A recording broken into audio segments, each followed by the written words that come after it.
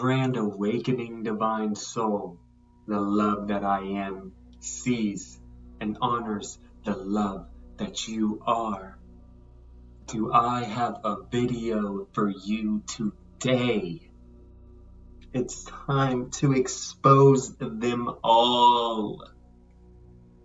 This is going to be one of the most important videos that you've ever seen, and I am so excited to be here, guiding you through this whole journey you're about to experience.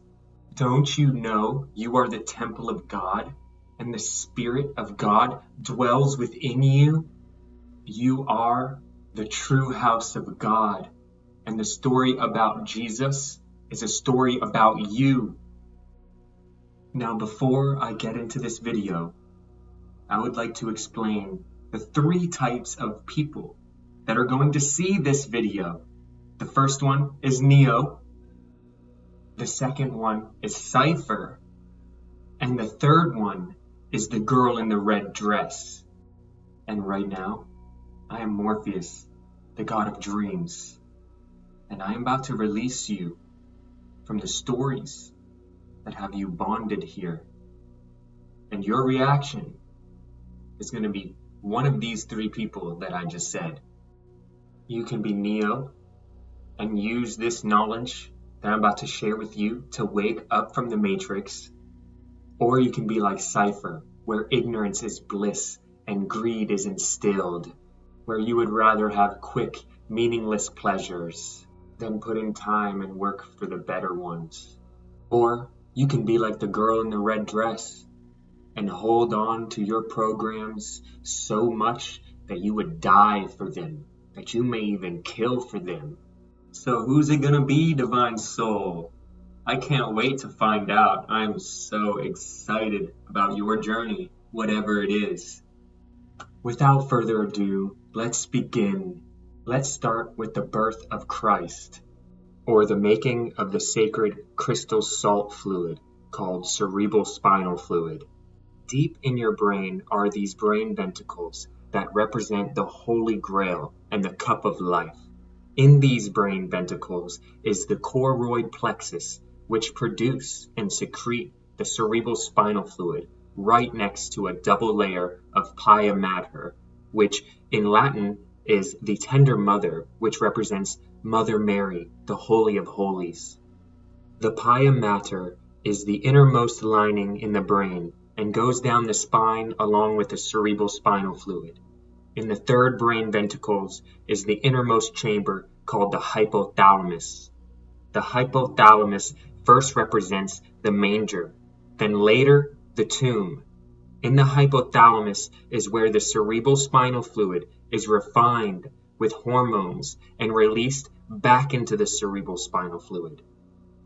This represents the manger, where Christ is born down into the spinal cord, which represents Christ being baptized in the River Jordan.